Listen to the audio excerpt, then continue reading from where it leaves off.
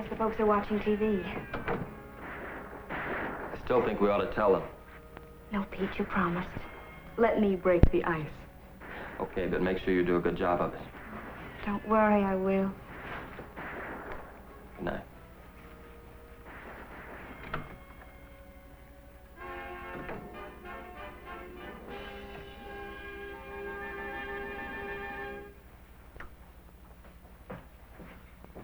Oh, Jane, I thought I heard you come in. I didn't think you'd be up this late. I wouldn't have, except your mother got me trapped in the late show. Don't you believe him? You know your father in a Western. Did you have a good time? Oh, wonderful. Good. Well, I think I'm going to hit the hay. Dad? Hmm? I've got something to tell you and Mother. Oh, what is it, dear? Well, Pete and I, well, he proposed to me tonight, and I said yes. You and Pete want to get married? I had no idea there was anything serious. I didn't tell you before because I wasn't sure myself. But I know for sure now that we do love each other. Well, I have to admit that Pete is a fine boy. Oh, yes, he certainly is. But he's not a Catholic, is that it? Well, Joe, we want you to be happy. Look, I know you're going that I ought to marry a Catholic. But Pete is very considerate, very understanding. We have so much in common. I just know that our marriage is going to work out wonderfully. Oh, well, dear, it's true that sometimes Protestant and Catholic marriages do seem to work out, as you put it. But there are so many things to be taken into consideration. Mother, don't you think I've thought about those things? But we're in love. Now, that's most important, isn't it? Well, honey, I think you ought to talk this over with Father Manning. Yes, just to make sure you really understand what's involved. I intend to. But I'm sure that nothing Father Manning could say would change the way I feel about Pete.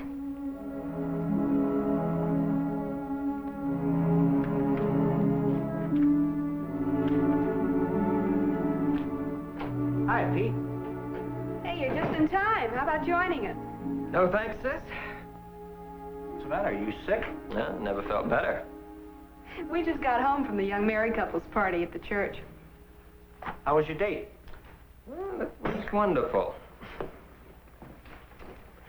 I asked Jane to marry me. Marry you? You're kidding. Well, what's wrong about that? Well, nothing, Pete. I think it's wonderful. Sure. Jane's a swell girl. But I didn't realize you were that serious. Well, it's quite simple. We're in love. We want to get married. Jane said yes. She's all for it. So just as soon as she breaks the news to her folks. What'll they say about her marrying a Protestant? Well, they're reasonable people. They know we'll work it out somehow. I don't think it's Now, going to... look. Don't tell me I'm going to start getting objections from you. Well, it's your life, Pete. And I mean it when I say I like Jane. She's a wonderful person. But she's a Roman Catholic. Is that what you're really trying to say? Pete, as your brother-in-law, this isn't my affair. Whatever you want to do, that's up to you. But one of the reasons that Betty and I have been so happy is that we've been able to share the things that matter most. We have nothing against Jane. But, well, you're a Protestant. What'll Mom and Dad say? I don't know, sis. I'm going to get a letter off to them right away. Haven't you ever told them about Jane? Of course. Perhaps not about our being serious, but I'm sure they'll understand. After all, Jane and I worship the same God. That's not the point. Well, what is? No matter how much you and Jane love each other, you'd never really become one spiritually. There'd always be a barrier. You know how much our church means to us. Our beliefs, the way we worship, the things we do together. Jane and I realize this isn't the ideal setup. Look at all the people who have opposite convictions about lots of things and are still happily married. All it takes is some intelligence and a little mutual understanding. Well, thanks. Thanks anyway for the advice. I think I'll start that letter to the folks.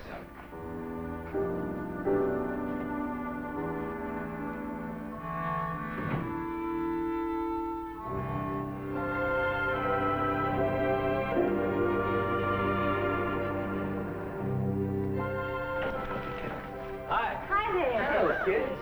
We brought you some flowers. Oh, how lovely. Thank you. Congratulations. Thank you. Why don't you put them on the table? We saw your baby through the nursery window. Oh, he's darling. Thank you. But will he ever unwrinkle? You know, that's been worrying me, too. Sit down. Alan, what's with you two now that graduation's over and you're out in the cruel, cold world? Well, first we're thinking of getting married.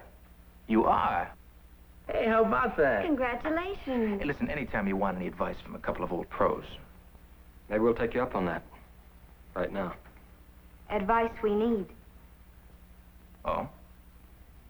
Problems? Yeah, religion. How did you two work it out? Well, it wasn't easy. All my folks liked Evelyn all right, but they always figured I'd marry a Jewish girl, you know? My family acted like it was the end of the world or something. I think by now they can see that we've worked it out all right, though. Right, honey? I think so. Uh-oh. The visitor's bell? Afraid so. When will you be going home? Not for another day. It'll take me at least that long to wash all the dirty dishes. The doctor says I can go home day after tomorrow. You come on over. We will. Nice seeing you, dear. Thank you for coming. Thanks for the flowers. Goodbye. Bye. Good day.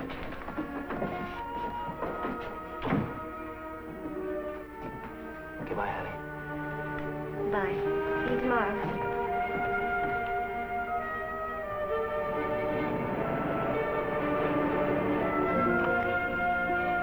Brother.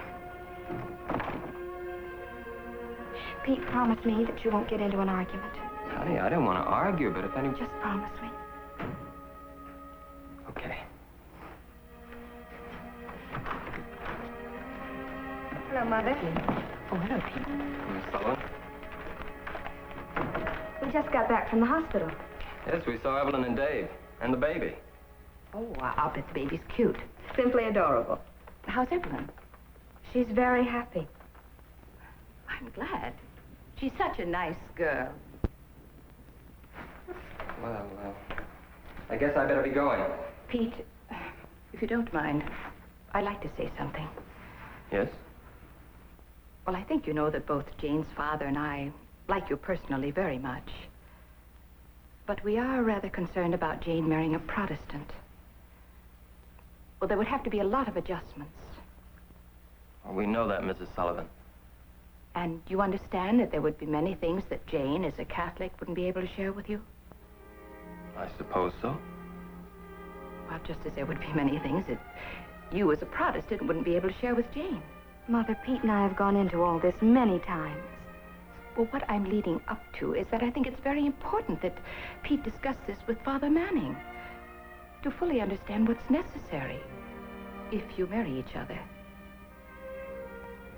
Well, of course, there'd be no problem, Pete, if you'd agree to become a Catholic.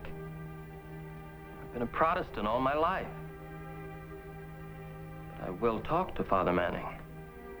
He's very nice, Pete. You'll like him.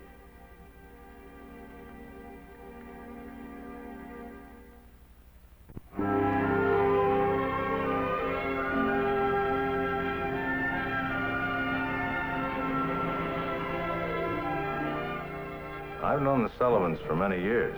And I don't blame you for falling in love with Jane. She's a wonderful girl. There's no argument there. And I wish that I could tell you to go ahead and get married and everything would be fine. But speaking quite frankly, there are a number of things that both of you must face. That's why I'm here. First of all, assuming that you intend to remain a Protestant, you'd have to agree to certain conditions before you could be married in the church. So Jane has said. Did she explain these conditions to you? Well, in a general way. I understand our children might have to be raised as Catholics. Yes, they would. That would be a prime obligation. Now, here's a copy of the pre-marriage agreement that you'd have to sign. Your children would have to be baptized and educated in the Roman Catholic faith. You see, Pete, even with this agreement, our church believes that mixed marriages are not good. We believe that marriage, if it is to be as God intended, should be a complete union, physical and spiritual. And in the case of a mixed marriage, we hope that the non-Catholic partner will be converted. As a matter of fact, that's one of the requirements that Jane will have to agree to. She must do everything in her power to bring you to her faith. And you, of course, will have to take a course of instructions. That sounds reasonable enough. I'd like to know more about what Jane believes. I'm glad to hear you say that. And I'd like her to know more about my church. She could attend a pastor's class with me. Well, I'm sorry, Pete, but under our rules, that would be impossible. Well, what would happen if... Well, if Jane and I didn't sign this? Well, Jane could not be married in the church, and the marriage would not be recognized. But if we were married by my pastor or a justice of peace, it would be legal, wouldn't it? No, not in the eyes of our church. And if Jane took part in such a marriage, she'd be considered by us to be living in a state of sin. Now, Pete, I don't mean to be harsh. This is a very serious step that you and Jane are considering. At best, a mixed marriage is a dangerous thing. That's why we try to safeguard it, by insisting that the Catholic partner's faith be maintained. I see what you mean. I'll give you some literature to take home and study.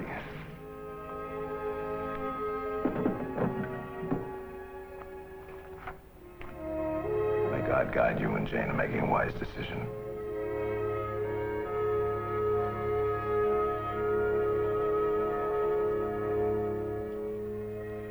Well, I'll say one thing for this literature Father Manning gave me. It lays it right on the line. I don't know, maybe it's a good idea to put everything down in black and white before marriage. That way both parties know exactly where they stand. That's just it. Where would you stand? What do you mean? If two people getting married have to sign an agreement as to what they can't share, especially about such a personal thing as their spiritual life, isn't that just building a wall between them even before they get married? It depends. I think it's how you live and let live. I think it's much more than that. Couples in love usually want to go to church together. It's an important part of the experience of being married. Sis, I'm sure there are going to be plenty of other things we can share together. Do you realize that Jane could never attend a service with you in your church? Why? Well, it's one of the rules of her church. And if your children are raised as Catholics, they could never attend a service with you in your church. We'd have each other, that's the main thing. But you wouldn't have each other, not all of each other. Okay, so families ought to go to church together. Oh, it's more than just going to church together. There'd be so many, many things that you wouldn't be able to share together, like grace at meal times and family prayers with your children, having the same church friends. I can tell you, from my own experience, that our marriage is complete because Craig and I share the same faith in Christ. Sis, I know there's a lot in what you say, but Please, Pete, for yours and Jane's sake, go see the pastor. Okay? All right. I know it's not going to make any difference.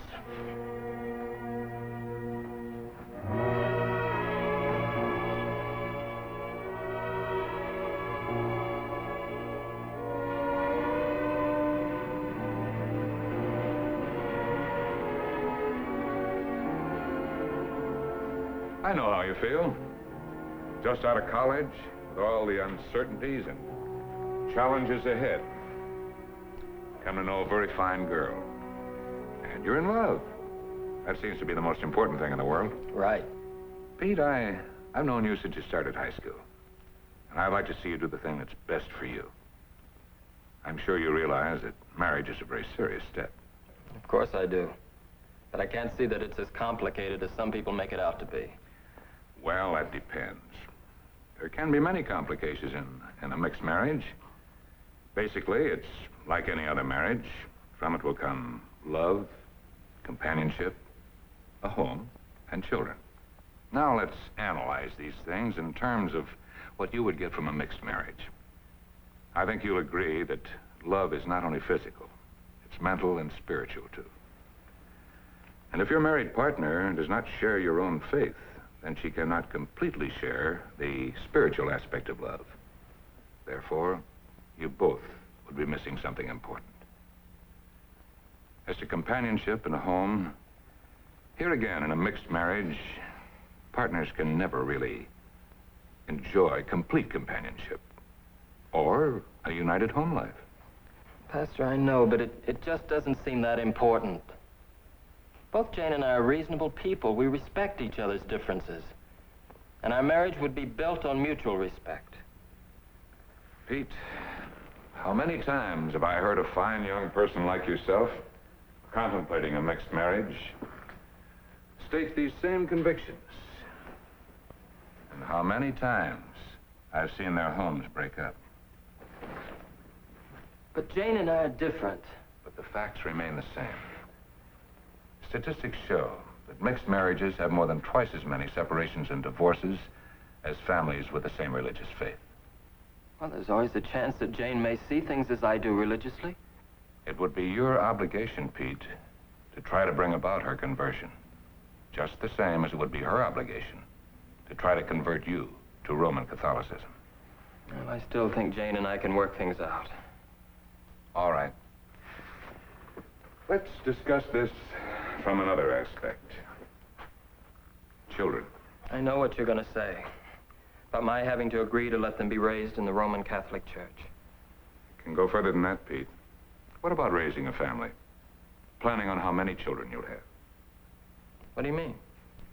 Well, truly responsible parenthood, intelligent planning for children might be impossible. I hadn't realized that. Another thing, one of a parent's most solemn responsibilities to a child is to give that child the best spiritual heritage that he or she knows. As a Protestant, it's your duty to rear your children in your faith. As a Catholic, it's Jane's duty to bring up the children in her church. It goes without saying, this can lead to discord. But worse than that, it could lead to both of you giving up your church life and rearing your children with no faith.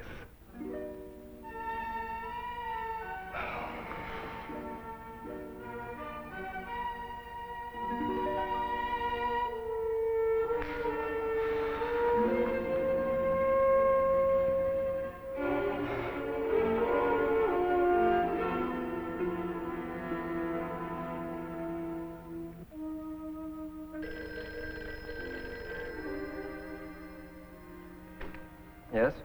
Hello, Pete. Oh, hello, hon. Tried to call you just a little while ago. I was talking to Evelyn. She wants us to come over and see the baby. She sounds like the happiest person on earth. I'm glad somebody feels good. What's the matter? Oh, it's that talk I had with Pastor Wadsworth. Why can't we work out our own problems? I talked to Father Manning today, too. Between him and my folks, I'm just about ready to elope to a South Sea island. Sounds like a good idea. What are you doing tonight? My folks insist that I go to some parish affair with them. But tomorrow afternoon, let's go over and see Evelyn. Right. Bye, hon. I love you. And I love you.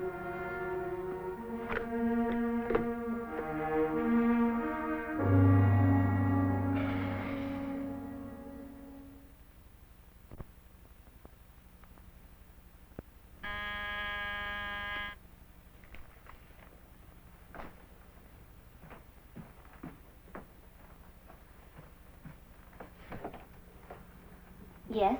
Mrs. Levine, Yes? I'm Rabbi Kramer. Oh, won't you come in? Thank you. David asked me to drop over. Well, he went to the store, but he'll be right back. Won't you sit down? Thank you.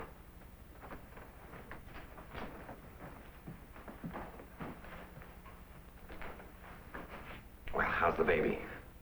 Oh, fine, thank you. I just got him to sleep. You must be very happy, the both of you. I know David was bursting with pride when he phoned me about arranging the bris. The what? The bris. Hasn't David discussed it with you? No. Well, that's why I'm here, I thought. I don't quite understand. What do you mean, a bris? Well, the bris is the circumcision ceremony performed on boys of the Jewish faith the 8th day following their birth. I thought you knew. Oh, I've heard about it, I guess. But Dave and I, we've never discussed such things very much. Well, it's a holy covenant dating back to the days of Abraham. And your husband would like now to keep that tradition with his son. I wish David said something to me. I mean... Oh, Rabbi. Hello, David. Dave, the rabbi was just talking about the bris. Well, yeah, I meant to tell you about it, honey. But... Perhaps it would be better if I come back later. Thanks, Rabbi. Before I leave, I'd like to point out that because you are of different faiths, you face new problems as parents that can be solved only by mutual love and understanding. Mrs. Levine, listen to David. Consider carefully what his faith means to him in this matter of the bris. And David, you must be understanding with your wife. Call me when you'd like me to come back. I'm anxious to help in any way I can. Goodbye, Rabbi.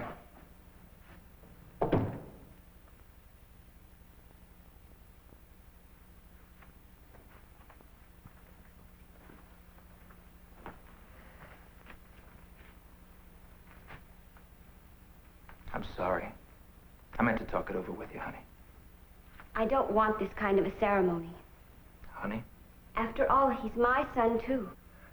What do you want me to do? Forget I'm a Jew? Forget this is one of our most sacred traditions? But what about my faith? Honey, remember when we got married, we promised we'd never fight about religion? All right, then. Let's forget this bris. I can't. My parents wouldn't understand. What about my parents? It's taken us all this time to get them and your folks to even be friendly. But something like this would just split things wide open again. Now look, Evelyn, I've given in to you on everything religious. For all practical purposes, I've lived my life as if I weren't a Jew. But this ceremony with my firstborn son, it's deep, it's part of my roots. Can't you understand? The only thing I can understand is if we start out with this Jewish ceremony for our son, it's the beginning of something between us. Well, maybe the wall's already there and we just haven't admitted it, huh? Perhaps you're right.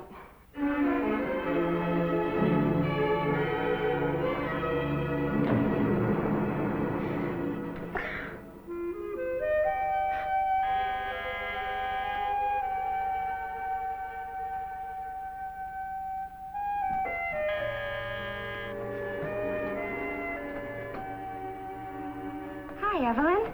Good to see you up and around. How you feeling? Oh, okay, I guess. Come on in. Is something the matter, Evelyn? Maybe we should come back later. No, please stay. I've got to talk to somebody. What's happened, dear? Nothing yet.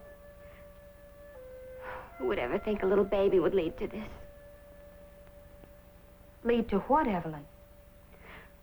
Our first quarrel. Over religion.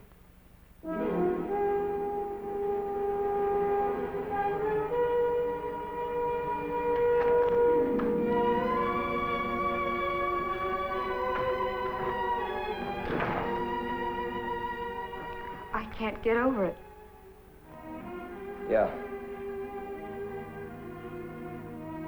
Perhaps Father Manning was right. He said that it all narrowed down to certain choices. A husband and wife could stay active in their own churches, Or one of them could change faith.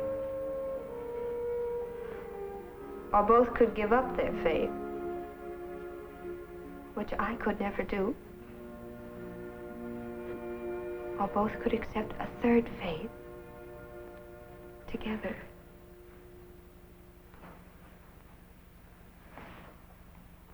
Could you? No. Could you? No. Father Manning had one final choice. He said that people do recover from being in love. And while it could be terrible at first, it would be easier than all the heartaches we might have if we did get married. Is that what you want to do? Call it off? No. Darling, no, I love you. So what do we do? I don't know. I don't know. I think I'll go to Mass in the morning and pray.